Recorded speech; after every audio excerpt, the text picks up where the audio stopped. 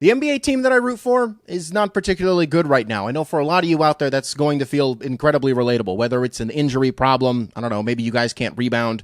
Maybe you guys always blow the third quarter. For one reason or another, whatever team it is that you root for, you're just finding it hard to lock in. And those 48 minutes are a battle, right? The courage that it takes to really sit through that and dial in. If nothing else, when you get to the end of it and your team is lost by 35 or some inexplicable amount of points, you're going to see that tankathon percentage tick up just a little bit, and it's going to give you enough serotonin to carry you into the next game. That is, if you are a complete sicko and like the only objective of this season for you is to go get Victor Wembanyama, which, can anybody really blame you for feeling that way? Before we jump into the video, this is not an ad, this is just a quick aside thing.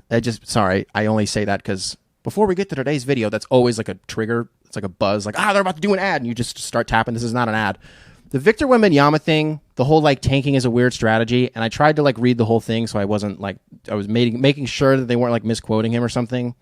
Listen, man, tanking may be a weird strategy, and I mean this with all due respect, not just because Victor Wembanyama might end up on my basketball team, but because no matter where he goes, he's probably going to be one of my favorite players for a really, really long time. And I know that's going to be the case for some of you out there too. Most of you out there, hopefully, right? Victor, shut the hell up. But the question has to be asked, how does one pull this off? If I'm an NBA executive right now, I'm looking at the draft in June and I'm thinking, we got to pull off a miracle. Matter of fact, I'm looking at, because that's the thing is, at the end of the day, when you are a rebuilding team, you're a team in purgatory, you know you're not going to the playoffs, you're going to end up in the lottery. You're just kind of at the mercy of Mark Tatum pulling your ping pong ball, and like it's not a fun feeling. Now, what if I told you that there was a way potentially that we could circumvent the whole ping pong thing, right? And we just go get the first pick. We just dust our hands. We finish the season. We play all 82, and we say we just locked it up. We're gold. Well, that, ladies and gentlemen, is what we're here to talk about today in what I am calling the theory of volatility. Now, similar to the last video, how we implemented the Avery Bradley rules, which were meant to serve as sort of pillars for how to expand the lifespan of your NBA career by 5 to 12 years. But in this case, it's more data-based. It's more science. It's not just like me saying that guy is going out there and doing stuff. This is me pouring over the data, looking into the numbers. And some of you, if you've been around here for a while, are going to be like, I thought you weren't the numbers guy. I thought you hated when people put numbers on a screen and said, hey, consume this. I do. I am that guy. That's me. Nice to fucking meet you. But this one hits a little too close to home. As somebody who has obsessively watched, Sam Hinkie and Daryl Morey just cook in the kitchen and see the nasty work that they pull off as general managers. And of course, Hinkie was worst. Because I say worse, I just mean in terms of the aggressive tanking where the NBA had to be like, hey, try. Like, just try. We're not asking a lot. And Sam Hinkie was like, no. Now, the importance of the theory of volatility is looking at every single previous lottery winner in NBA history, putting them all side by side and saying, what do these teams have in common? What did they all do similarly? What teams did they lose to? What teams did they beat? Where did they fall in the standings? All of this matters. And hopefully, by the end of this, we'll have a more concrete idea of what the sort of consistent formula for these lottery winning teams is. You know what I mean? So let's jump into this. One thing we do know, this isn't like some Coca-Cola level secret formula.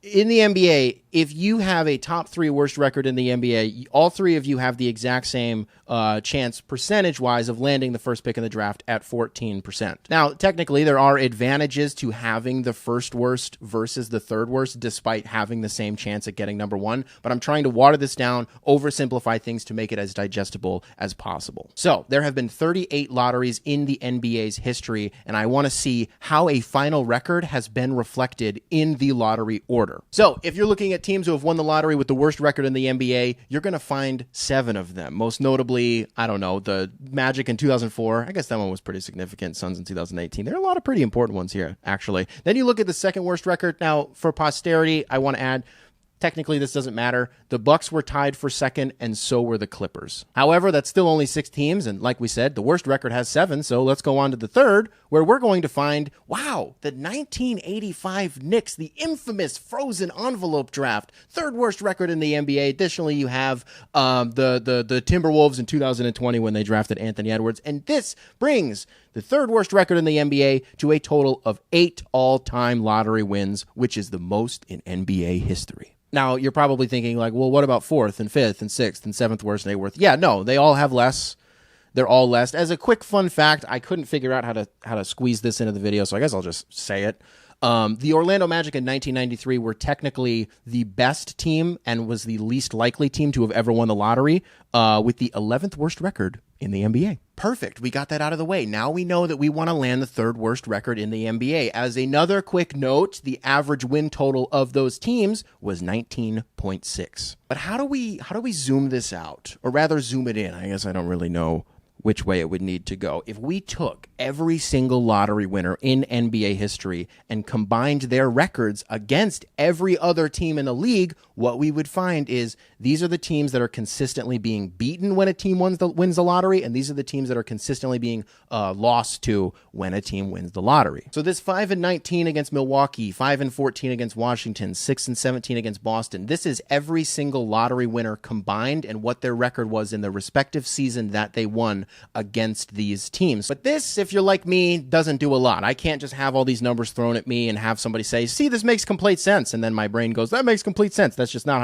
how it works. I'm actually just going to get pissed and turn your video off. So for the sake of respecting your time and your attention sitting at home watching this video, let's simplify this even more. Let's put this in terms of winning percentage in order. So now we can see that these teams are always losing to Houston, Portland, and New York, and they're always beating, they're beating the shit out of Cleveland, Golden State, and Utah. And I just want to throw out there as a quick note that it is really interesting, just as a Pistons fan, that like for the last few years, Golden State has just been like fodder for the Pistons. Like, catch us in a Sunday matinee against Golden State, I swear to God, we're putting up 118. Or even like a week or two ago when Sadiq like closed down the Bay Area and had Warriors fans shitting and crying and sliding down the wall. Let's take a brief moment to sort of step back, just take a deep breath and think about, okay, in summary, what do we need to be achieving? It's incredibly simple. You need to have the 3rd worst record in the NBA. Out of the 38 NBA lotteries, this record has won the most times